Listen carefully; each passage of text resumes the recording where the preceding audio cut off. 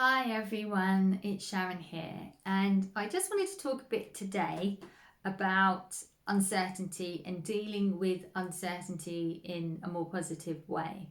Because, well, we're living in uncertain times, and uncertainty can be quite stressful for people.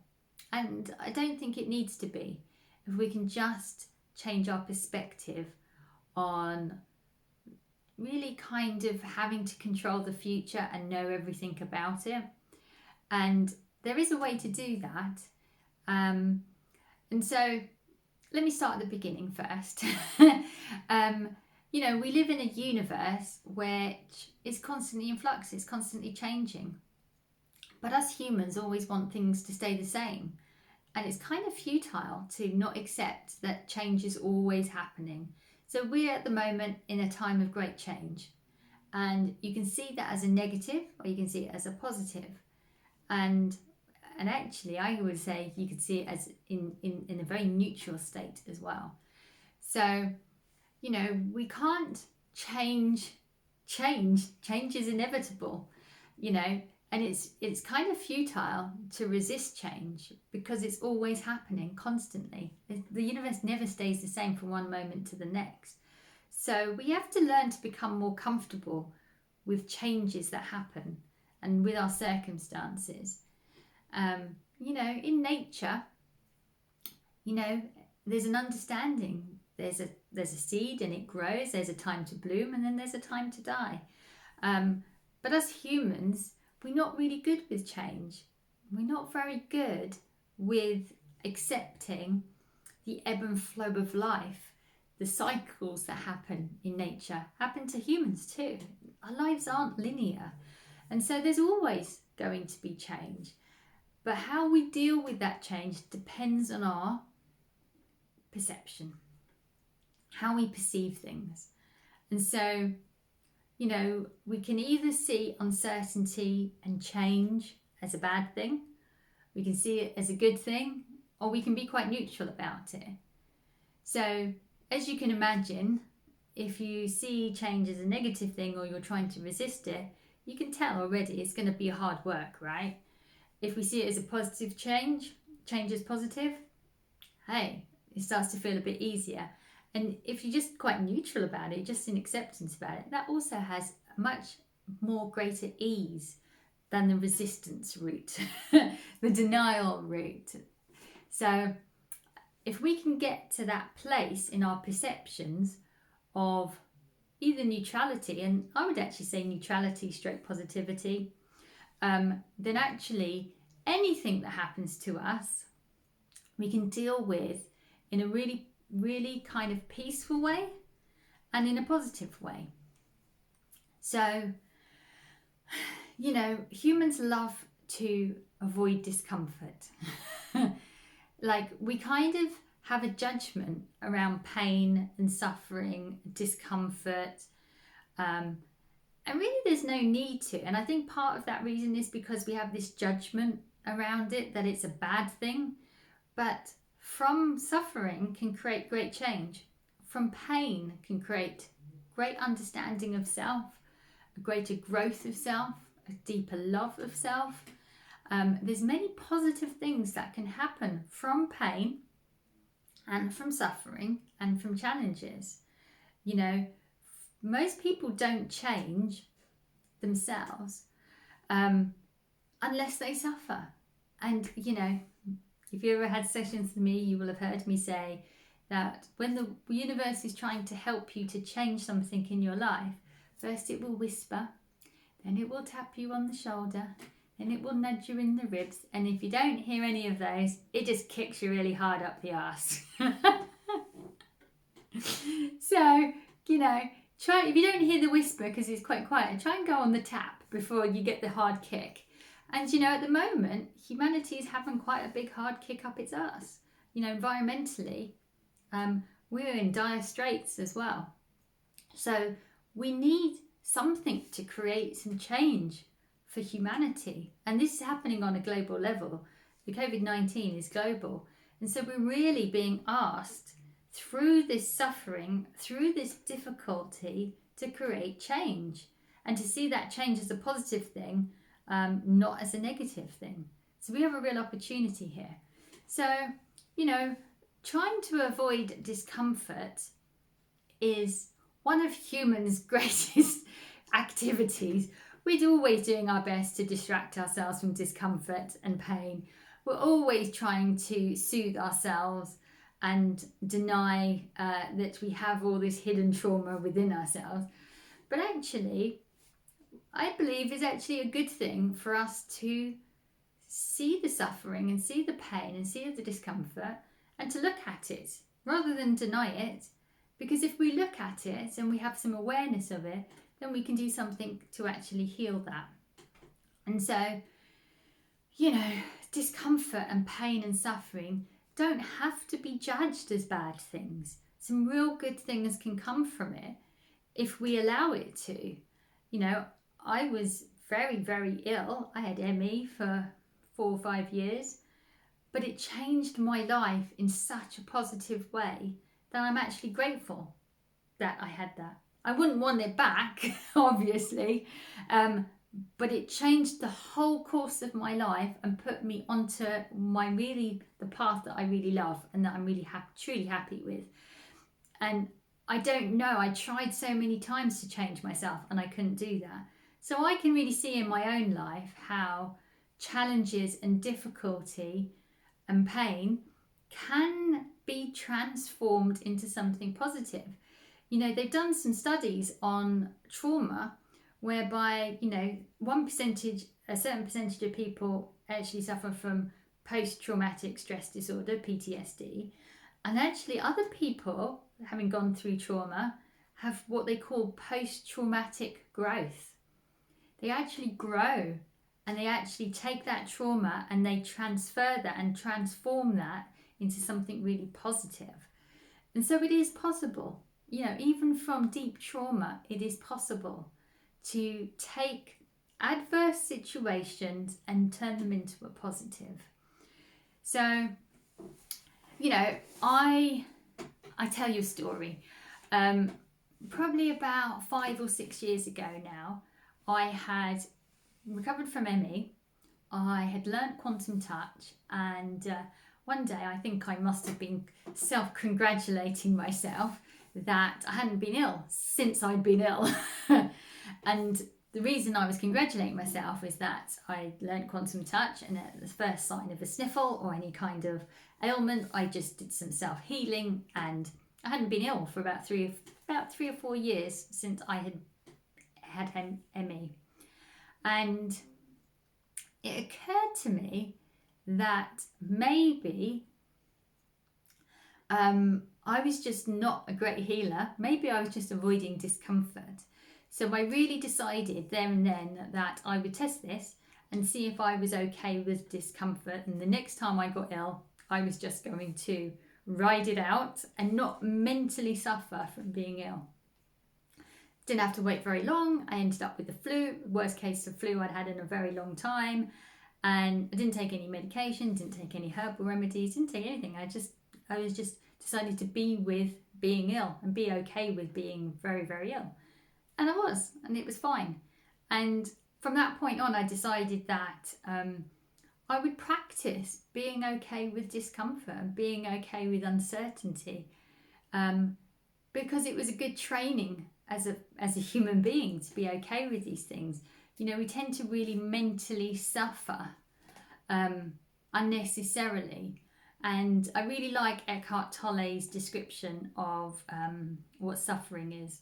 He says suffering is wanting something to be different to what it actually is. And so you may have heard, like spiritual gurus and various spiritual traditions, they say, pain is inevitable, suffering is optional. And what they mean by that is just that. Our minds create the suffering, but we can experience pain. Everyone experiences pain at some point in their lives. But can we experience something uncomfortable and not mentally suffer? And I think we can. And it just takes some practice. And so I've been practicing this. So I'm not asking you to do anything that I haven't done myself. But it really is about taking the judgment out and coming to a place of just acceptance. I'm feeling uncomfortable right now, and that's okay. And there's a really good parable. I don't know if it's Taoist or whether it's from Zen Buddhism. I think people attribute it to both or either. And I'm probably going to mess this up because everyone messes it up, but I'm going to try and give you the example. And this is something, when I heard it, I was like, I understood this, and I thought, this is the understanding that is needed. And so there's a story of a man, and he has a horse. He works the land and he has a horse, and one day the horse runs off, and his friends and people in the village come round, and they say, oh, this is terrible news. This is terrible misfortune. You have your horses run away. And the man says, maybe. And then a few days later, the horse returns with some other wild horses, and the people come around again, and they say, oh wow, what great fortune you have more horses now. The man says, maybe. And then his son decides to ride one of the wild horses, and he injures himself and he hurts his leg. And the villagers and friends come around again, and they say, oh, what terrible bad fortune you have that your son has hurt himself. And the man just says, maybe. And then war breaks out, and all the young men are asked to go to war who are healthy, and because his son has been injured, he can't go. And the people come again, and they say, oh, how lucky you are. And so it goes on. And that's a really, really great example of trying to understand the principle of not being attached to the outcome, to just accept things as they are. We can't really predict if a circumstance is going to be positive or negative. And actually, they can be neither. They can just be. That's the ideal. Things they just are. It just is. And if we don't judge them as negative or positive, then you can see how much more peaceful we can be about all circumstances when we take the judgment out. And so, I often say that acceptance is the doorway to all the good things in life, and non-judgement is the tool. We stop judging things and saying it's good, bad, positive or negative, and they just are. And we go with the flow of life. How something unfolds is out of our control to a large extent, but how we perceive those things that happen to us is under our control. So, we can look for the gift in our experiences. We tend to see things in very dualistic terms, good and bad, right and wrong. But it doesn't have to be that way. There's lots of things in between all of that. Yes, you may become, you might lose your job and you might be made redundant, for example. And people would say that's a negative thing. What happens if you hated your job? Then it's a positive thing. What happens if you lost your job, but actually you then had to rely more on the kindness of strangers?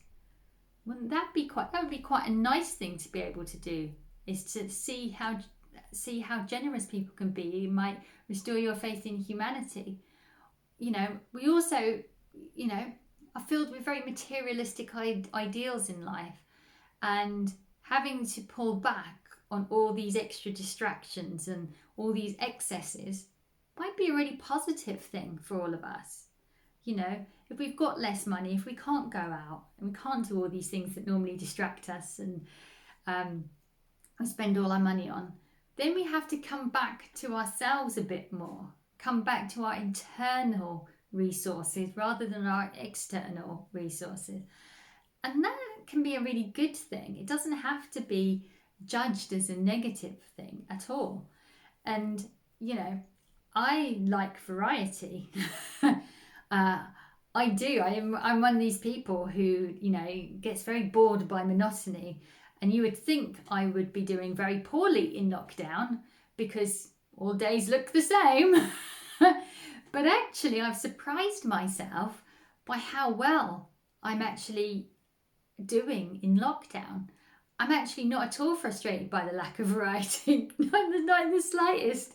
And that is because I've been practicing, like, just being okay with everything, and being able to find lots of really good things in the stuff that I don't normally do. And that brings me a great deal of peace. I'm really, really very peaceful at the moment. And so really it's about being able to look at change, and rather than saying that's good or that's bad, just saying, oh, that's just change. It just is what it is. And being okay with that, and knowing you've got internal resources within yourself to deal with anything that happens. It's just an adjustment. It doesn't mean that we love everything that happens to us. We might not like certain things happening, but if we can find the acceptance and we can take out the judgment, we find that peacefulness and that neutrality then can be transformed into something really positive. And we do look for the gift. We can look for the gift in things that are seemingly on the surface negative. And so, yeah, that's really what I wanted to offer today. You know, we tend to just see the world in very materialistic ways.